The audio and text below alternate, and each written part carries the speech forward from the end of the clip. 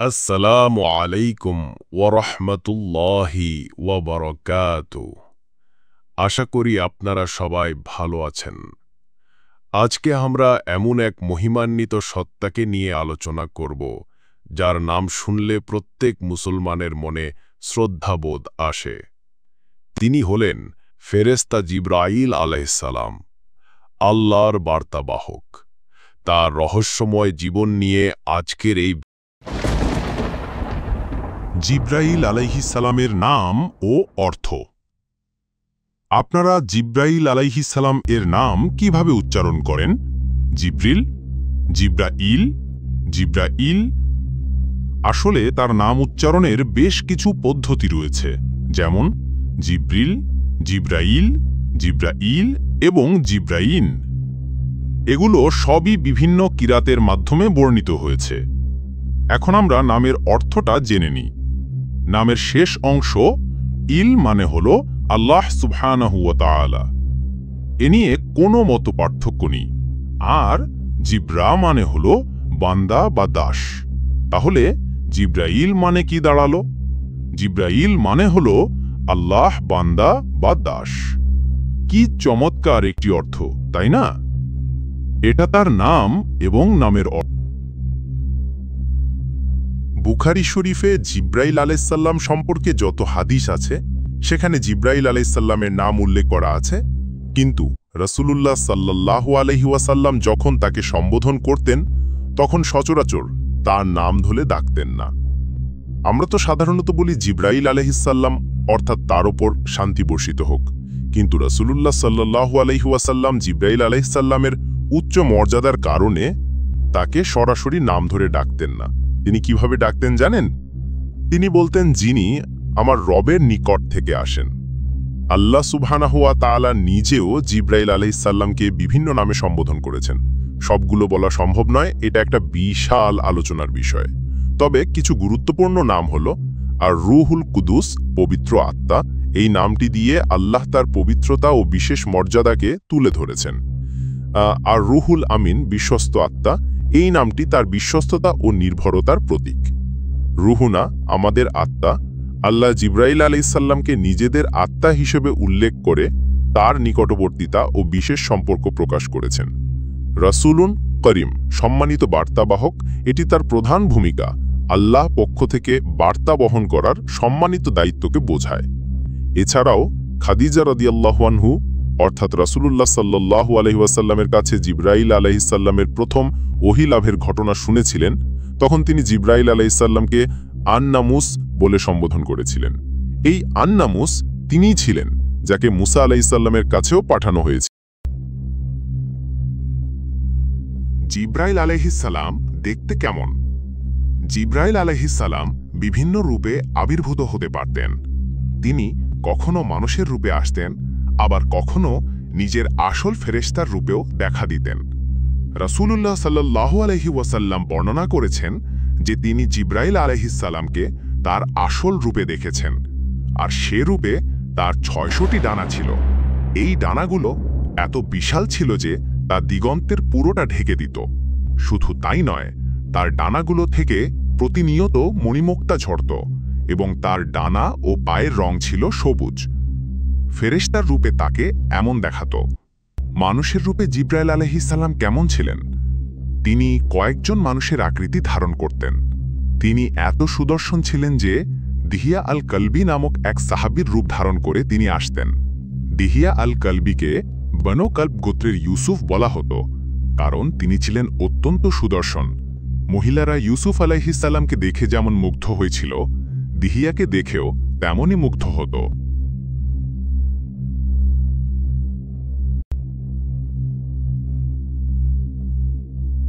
আল্লাহ এবং নবী রাসূলদের সাথে জিবরাইল আলাইহিসসালামের সম্পর্ক। জিবরাইল আলাইহিসসালাম ছিলেন কালিমুল্লাহ মিনাল মালাইকা, অর্থাৎ ফেরেশতাদের মধ্যে তিনিই ছিলেন যার সাথে আল্লাহ সরাসরি কথা বলতেন। আপনারা হয়তো ভাবছেন, আল্লাহ কি সব ফেরেশতার সাথেই কথা বলেন? না, যেমন মানুষের মধ্যে নির্দিষ্ট কিছু নির্বাচিত নবীর সাথে আল্লাহ সরাসরি কথা বলেছেন, তেমনি ফেরেশতাদের মধ্যেও নির্দিষ্ট কয়েকজনের সাথেই তিনি সরাসরি কথা বলেন, আর তাদের মধ্যে জিব্রাইল আলাইহিস সালাম অন্যতম। হাদিসে এসেছে আল্লাহ 4 জন ফেরেশতার সাথে সরাসরি কথা বলেন, যারা আল্লাহর বিভিন্ন আদেশ বাস্তবায়ন করেন, আর তাদের মধ্যে জিব্রাইল আলাইহিস সালাম সর্বাগ্রে।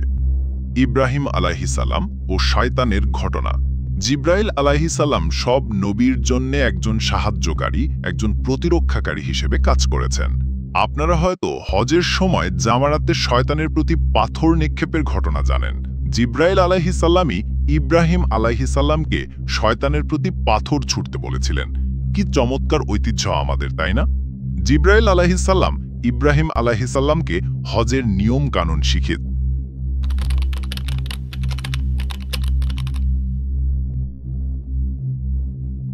ইউসুফ আলাইহিস সালাম ও কূপের ঘটনা। কখনো কখনো জিব্রাইল আলাইহিস সালামের ভূমিকা স্পষ্ট উল্লেখ করা হয় না। ইউসুফ আলাইহিস সালামের গল্পে কি জিব্রাইল আলাইহিস সালামের উল্লেখ আছে? আপনারা হয়তো ইউসুফ আলাইহিস সালামের ওপর বিশাল আলোচনা শুনেছেন, কিন্তু সেখানে জিব্রাইল আলাইহিস সালামের কথা বলা হয়নি। কিন্তু তিনি সেখানে ছিলেন যখন ইউসুফ আলাইহিস সালামের ভাইয়েরা তাকে কূপে ফেলে দেয় এবং তিনি কূপের তলদেশে পড়তে যাচ্ছিলেন, তখন তিনি এমন এক হাতের ওপর এসে অবতরণ করেন যাকে তিনি আগে কখনো দেখেননি। সেই হাতটি ছিল জিব্রাইল আলাইহিস সালামের। জিবরিল আলাইহিস সালাম ইউসুফ আলাইহিস সালামকে ধরে ফেলেন যেন তিনি আঘাত না পান। সুবহানাল্লাহ। ইবনে কাইয়াম রাহিমাহুল্লাহ এ ব্যাপারে মন্তব্য করতে গিয়ে বলেন, এই ঘটনাটি প্রমাণ করে যে যদি কোনো সৃষ্টি আল্লাহর রজ্জু ধারণ করে, তবে আল্লাহ অবশ্যই তাকেও ধারণ করেন। তিনি আপনাকে পড়ে যেতে দেবেন না। কখনো এই উল্লেখটি খুব সূক্ষ্মভাবে আসে, যা আমরা হয়তো খেয়াল করি না। মূসা আলাইহিস সালাম ও ফেরাউনের ঘটনা। মূসা আলাইহিস সালামের ঘটনায় জিব্রাইল আলাইহিস সালাম বহুবার মূসা আলাইহিস সালামের সাথে ছিলেন, কিন্তু মূসা আলাইহিস সালামের ঘটনায় জিব্রাইল আলাইহিস সালামের যে সহি বর্ণনা পাই, তা হল তার শত্রু ফেরাউনের সাথে। তিরমিজি শরীফের একটি হাদিসে বর্ণিত আছে, জিব্রাইল আলাইহিস সালাম রাসূলুল্লাহ সাল্লাল্লাহু আলাইহি ওয়াসাল্লামের কাছে এসে বলেছিলেন, যদি আপনি ফেরাউনের মৃত্যুর দিন আমাকে দেখতেন যখন সে সমুদ্রের তলায় ডুবে মরছিল, আমি তার মুখে কাদা নিক্ষেপ করছিলাম। জিব্রাইল আলাইহিস সালাম ভয় পাচ্ছিলেন যে ফেরাউন হয়তো শেষ মুহূর্তে লা ইলাহা ইল্লাল্লাহ বলে ফেলবে, আর আল্লাহ হয়তো তাকে ক্ষমা করে দেবেন। জিব্রাইল আলাইহিস সালাম জানতেন আল্লাহ কতটা দয়ালু যে ফেরাউনের মতো পাপিষ্ঠরও অনুশোচনার সুযোগ আছে। জিবরিল আলাইহিস সালাম ফেরাউনের জন্য একটি সুযোগ তৈরি হওয়ার বিষয়ে চিন্তিত ছিলেন। জিবরিল আলাইহিস সালাম কি ফেরাউনের ভাগ্য নষ্ট করে দিয়েছিলেন? না। আল্লাহ তাকে বলেন, হে জিবরিল, আমার ইজ্জত ও গৌরবের কসম, যদি সে আন্তরিকতার সাথে ক্ষমা চাইত, আমি তাকে ক্ষমা করে দিতাম। তোমার কাদা নিক্ষেপ কোনো কাজে আসত না, আমি তবুও তাকে ক্ষমা করে দিতাম। মুখে কাদা মারার কারণ হল, যখন পাপী ব্যক্তি মারা যায়, ফেরেশতারা তার মুখে আঘাত করতে থাকে। জিবরিল আলাইহিস সালাম ফেরাউনকে এত ঘৃণা করতেন কেন? তিনি বলেন, আমি তাকে সেদিন থেকে ঘৃণা করতাম যেদিন সে বলেছিল, আমি তোমাদের শ্রেষ্ঠ প্রভু।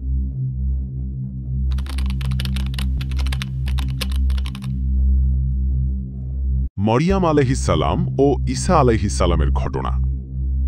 কুরআনে আল্লাহ কখনো কখনো জিবরিল আলাইহিস সালামের কথা নবীর সঙ্গে না বলে নবীর পরিবারের সঙ্গে উল্লেখ করেছেন, যেমন মারিয়াম আলাইহিস সালামের ঘটনা।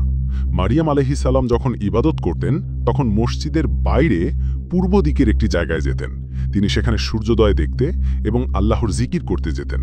তিনি মাটিতে দুটো লাঠি পুঁতে পর্দা টানিয়ে দিতেন, যেন মানুষ বুঝতে পারে যে এটি তার বসার জায়গা, কেউ যেন কাছে না আসে। তিনি তখন একজন অল্প বয়স্ক তরুণী ছিলেন, 14 থেকে 18 বছর বয়সের। তিনি একাকী আল্লাহর উপাসনা করতেন। আল্লাহ কুরআনে বলেছেন, ফা আরসালনা ইলাইহা রুহানা, আমি তার কাছে আমার রূহকে পাঠালাম। ফাতামাসসালা লাহা বাশারান সাওয়িয়া, সে তার কাছে পূর্ণাঙ্গ মানব রূপে আত্মপ্রকাশ করল। জিবরিল আলাইহিস সালাম কিছু বলার আগেই মারিয়াম আলাইহিস সালাম তাকে দেখে বলেছিলেন, আমি পরম করুণাময়ের কাছে তোমার থেকে আশ্রয় চাইছি, যদি তোমার অন্তরে আল্লাহর কোনো ভয় থাকে, অর্থাৎ যদি তোমার ন্যূনতম লজ্জা থাকে, তাহলে এখান থেকে চলে যাও। আলেমগণ বলেন, এই কঠোর কথা শুনে জিবরিল আলাইহিস সালাম সঙ্গে সঙ্গে নিজের ফেরেশতার রূপে ফিরে এসেছিলেন। তিনি মানব রূপ ছেড়ে ফেরেশতার রূপে ফিরে গিয়েছিলেন, তবে তার 600 ডানার পূর্ণ রূপে নয়। এরপর তিনি কথা বলতে শুরু করেন, ইন্নামা আনা রসুলু রব্বিকি লি আহাবা লাকি গুলামান জাকিয়া, আমি তোমার রবের পক্ষ থেকে একজন রসুল, তোমাকে এক পবিত্র পুত্র সন্তান দান করার জন্য। আল্লাহ এই সিদ্ধান্ত নিয়েছেন, এই প্রক্রিয়াটি শুরু হয়ে গেছে। মারিয়াম আলাইহিস সালাম তখন গর্ভবতী হয়ে যান। গর্ভকালীন পুরো সময় তিনি লুকিয়ে থাকেন। সন্তান প্রসবের সময় যখন আসে, মনে রাখবেন তিনি ছিলেন একজন অনভিজ্ঞ তরুণী। তার পাশে সাহায্য করার মতো কেউ ছিল না। তিনি আগে কখনো সন্তান জন্ম দেননি। প্রসব বেদনায় তিনি এক খেজুর গাছের মূলে আশ্রয় নিতে বাধ্য হন। তিনি বলেন, হায়, যদি আমি এর আগেই মরে যেতাম এবং মানুষের স্মৃতি থেকে বিলুপ্ত হয়ে যেতাম। যেহেতু মারিয়াম আলাইহিস সালামের গর্ভধারণ বা সন্তান প্রসবের কোনো অভিজ্ঞতা ছিল না, আর গর্ভধারণ ও সন্তান প্রসব একজন মেয়েকে প্রায় মৃত্যুর কাছাকাছি নিয়ে যায়, যা মহিলারা জানেন, তিনি মনে করছিলেন যে তিনি মারা যাচ্ছেন। ফানাদাহা মিন তাহতিহা আল্লাহ তাহজানি। জিবরিল আলাইহিস সালাম এই সময়টাতে তাকে সান্ত্বনা দিচ্ছিলেন। আপনারা হয়তো মনে করবেন যে মানুষ আপনাকে নিয়ে কুৎসা রটনা করবে, কিন্তু বাস্তবতা হলো একসময় মানব জাতির কাছে ওহী পাঠানো হবে, আর তাতে উল্লেখ থাকবে ওয়াজকুর ফিল কিতাবি মারি।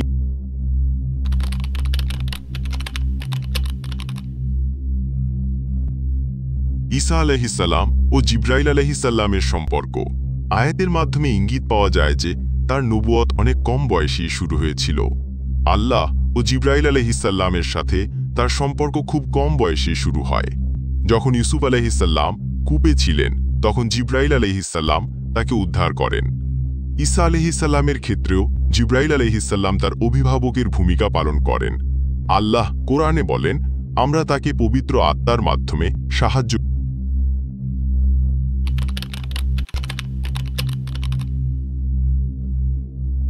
ওহী অবতরণ ও রসুলুল্লাহ সাল্লাল্লাহু আলাইহি ওয়াসাল্লাম এর জীবন।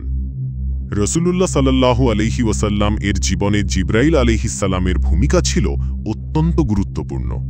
প্রথম ওহী লাভের ঘটনা ছিল এক অভূতপূর্ব অভিজ্ঞতা। রসুলুল্লাহ সাল্লাল্লাহু আলাইহি ওয়াসাল্লাম হেরা গুহায় ধ্যান করতেন। অনেক সময় লেগে যেত সেই গুহায় উঠতে, যেখান থেকে পুরো মক্কা দেখা যেত। তিনি সেখানে রাতের পর রাত, সপ্তাহ পর সপ্তাহ, এমনকি পুরো রমজান মাস কাটাতেন। ইব্রাহিম আলাইহিস সালামের শেখানো পদ্ধতি অনুযায়ী আল্লাহর ইবাদত করতেন। একদিন হঠাৎ করেই তিনি গুহার মুখে এক অপরিচিত ব্যক্তিকে দেখতে পেলেন, যে কোনো কথা বলছিল না। যদি আপনারা রসুলুল্লাহ সাল্লাল্লাহু আলাইহি ওয়াসাল্লামের জায়গায় থাকতেন, কি ভাবতেন? পরবর্তী বর্ণনা থেকে আমরা জানতে পারি, জিবরাইল আলাইহিস সালাম রাসূলুল্লাহ সাল্লাল্লাহু আলাইহি ওয়াসাল্লামকে এতটাই শক্ত করে জড়িয়ে ধরেছিলেন যে তিনি মনে করেছিলেন তিনি মারা যাবেন। জিবরাইল আলাইহিস সালাম বললেন, ইকরা, পড়ুন। রাসূলুল্লাহ সাল্লাল্লাহু আলাইহি ওয়াসাল্লাম বললেন, আমি তো পড়তে জানি না। জিবরাইল আলাইহিস সালাম আবারও তাকে শক্ত করে জড়িয়ে ধরলেন এবং বললেন, ইকরা। রাসূলুল্লাহ সাল্লাল্লাহু আলাইহি ওয়াসাল্লাম আবারও বললেন, আমি তো পড়তে জানি না। তৃতীয়বার জিবরাইল আলাইহিস সালাম তাকে শক্ত করে ধরে বললেন, ইকরা বিসমি রাব্বিকাল্লাযী খালাক, খালাকাল ইনসানা মিন আলাক, ইকরা ওয়া রাব্বুকাল আকরাম, আল্লাযী আল্লামা বিল কালাম, আল্লামাল ইনসানা মা লাম ইয়ালাম। পড়ুন, আপনার রবের নামে, যিনি সৃষ্টি করেছেন মানুষকে জমাট রক্তপিণ্ড থেকে। পড়ুন, আর আপনার রব মহিমান্বিত, যিনি কলমের সাহায্যে শিক্ষা দিয়েছেন মানুষকে, যা সে জানত না। এই ঘটনা রাসূলুল্লাহ সাল্লাল্লাহু আলাইহি ওয়াসাল্লামের মনে গভীর প্রভাব ফেলেছিল। তিনি বাড়িতে ফিরে খাদিজা রাদিয়াল্লাহু আনহাকে বললেন, আমাকে চাদর দিয়ে ঢেকে দাও, আমাকে চাদর দিয়ে ঢেকে দাও। ঠিক তখনই পরবর্তী ওহী আসে, ইয়া আইয়ুহাল মুদ্দাসসির কুম ফানজির ওয়ারাব্বাকা ফাকাব্বির ওয়াসিয়াবাকা ফাতাহহির ওয়ারুজজা ফহজুর। হে বস্ত্রাবৃত, উঠুন, সতর্ক করুন, আর আপনার রবের শ্রেষ্ঠত্ব ঘোষণা করুন। আপনার পোশাক পবিত্র করুন এবং অপবিত্রতা বর্জন করুন। এই প্রাথমিক ওহীগুলো রাসূলুল্লাহ সাল্লাল্লাহু আলাইহি ওয়াসাল্লামের জীবনের মোড় ঘুরিয়ে দেয়। দীর্ঘ বিরতির পর আবারও ওহী আসা শুরু হয়, যেমন সূরা মুদ্দাসির, সূরা মুজাম্মিল, সূরা দুহা এবং আরও অনেক সূরা। জিবরাইল আলাইহিস সালামের এই উপস্থিতি রাসূলুল্লাহ সাল্লাল্লাহু আলাইহি ওয়াসাল্লামকে শক্তিশালী করে তোলে।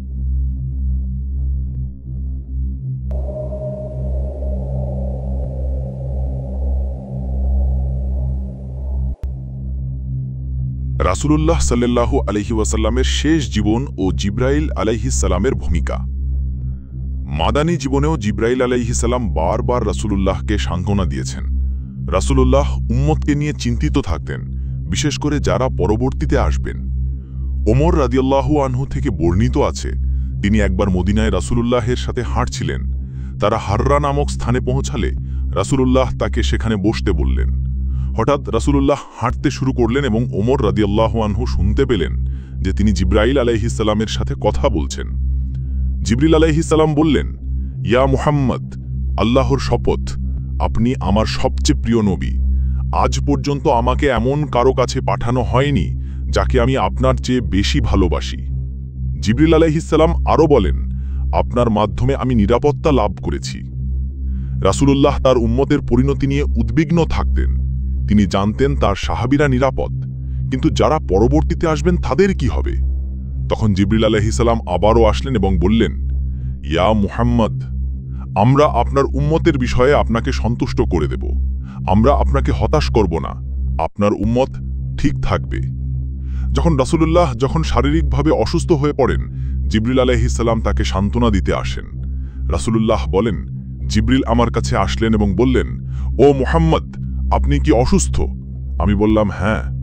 তখন জিবরিল আলাইহিসসালাম তার হাত দিয়ে রাসূলুল্লাহের মুখমণ্ডল ও বক্ষ মুছে দিলেন এবং বললেন, বিসমিল্লাহি আরকিকা মিন কুল্লি শাইইন ইউজিকা মিন শারই কুল্লি নাফসিন আও আইনিন আও হাসিদ, আল্লাহু ইয়াশফিকা। অর্থাৎ, আল্লাহর নামে আমি আপনার জন্য আরোগ্য প্রার্থনা করছি, সবকিছু থেকে যা আপনার ক্ষতি করছে, সকল খারাপ জিনিস থেকে অথবা বদনজর থেকে বা হিংসা থেকে। আল্লাহ আপনাকে আরোগ্য দান করুন।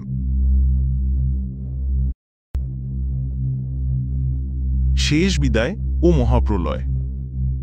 জীবনের শেষ দিকে রাসূলুল্লাহ সাল্লাল্লাহু আলাইহি ওয়াসাল্লাম অনুভব করতে পারছিলেন যে তার বিদায় আসন্ন। যখন অবস্থা খারাপ হতে থাকে, রাসূলুল্লাহ সাল্লাল্লাহু আলাইহি ওয়াসাল্লাম তার শেষ সময় উপলব্ধি করেন যে এখন বিদায়ের পালা। জিবরাইল আলাইহিসসালাম এসে বলেন, হে মুহাম্মদ, হয়তো আপনি আপনার সাহাবীদের সাথে থাকবেন এবং সুন্দরভাবে জীবনযাপন করবেন, অথবা আপনি সর্বোচ্চ আল্লাহর সাহচর্যে থাকবেন। রাসূলুল্লাহ সাল্লাল্লাহু আলাইহি ওয়াসাল্লাম উত্তরে বললেন, বালা রাফিকিল আলা, অর্থাৎ বরং সর্বোচ্চ বন্ধুর সাহচর্য।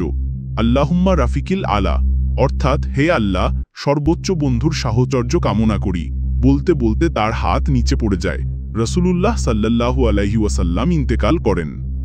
এরপর মহাপ্রলয়ের দিনে রাসূলুল্লাহ সাল্লাল্লাহু আলাইহি ওয়াসাল্লাম বলেন, সিংগায় ফুৎকার দেওয়ার পর আল্লাহ যাদের চান তারা ছাড়া আর কেউ স্থির থাকতে পারবে না, অর্থাৎ সবাই মৃত্যুবরণ করবে, এমনকি জিবরাইল আলাইহিস সালামও মৃত্যুবরণ করবেন।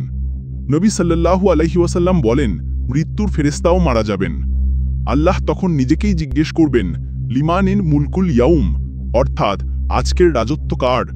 আল্লাহ নিজেই প্রতি উত্তরে বলবেন, লিল্লাহিল ওয়াহিদিল কাহার, অর্থাৎ কেবল অদ্বিতীয় নিয়ন্ত্রণকারী আল্লাহ। রাসূলুল্লাহ সাল্লাল্লাহু আলাইহি ওয়াসাল্লাম বলেন, যখন আখিরাতে আমরা সবাই হাজির হব, তখন সমস্ত জমিন আল্লাহর আনুগত্যে সমতল হবে। হাসরের ময়দানে প্রত্যেকেই যে যেখানে রয়েছে সেখান থেকে একটুও নড়তে পারবে না। তখন আল্লাহ সর্বপ্রথম আমাকেই আহ্বান করবেন।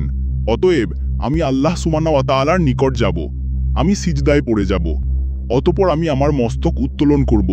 আকস্মিকভাবে আমি সর্বোচ্চ দয়াময়ের আল্লাহর ডান পাশে জিবরাইলকে দেখতে পাব। নবী সাল্লাল্লাহু আলাইহি ওয়াসাল্লাম জিবরাইলের দিকে ইশারা করে বলবেন, হে আমার রব, এই ব্যক্তি আমাকে বলেছে যে আপনিই তাকে আমার নিকট পাঠিয়েছিলেন, তিনি তার কাজ ঠিকমতো করেছিলেন। আল্লাহ বলবেন, তুমি সত্য বলছো। একইভাবে জিবরাইল আলাইহিস সালাম ও নবী সাল্লাল্লাহু আলাইহি ওয়াসাল্লামকে বলবেন, আপনি সত্য বলছেন। এইভাবেই জিবরাইল আলাইহিস সালাম শেষ পর্যন্ত রাসূলুল্লাহ সাল্লাল্লাহু আলাইহি ওয়াসাল্লামের পাশে ছিলেন, তার জীবন ও মিশনের অবিচ্ছেদ্য অংশ হিসেবে। তার জীবনী আমাদের জন্য অনেক শিক্ষণীয়। আজকের ভিডিওটি এখানেই শেষ করছি। আশা করি আপনারা জিবরাইল আলাইহিস সালামের রহস্যময় জীবন সম্পর্কে নতুন কিছু জানতে পেরেছেন। যদি ভিডিওটি ভালো লেগে থাকে তাহলে লাইক, কমেন্ট ও শেয়ার করতে ভুলবেন না। আর অবশ্যই আমাদের চ্যানেলটি সাবস্ক্রাইব করুন। দেখা হবে পরের ভিডিওতে। আসসালামু আলাইকুম ওয়া রাহমাতুল্লাহি ওয়া বারাকাতুহু।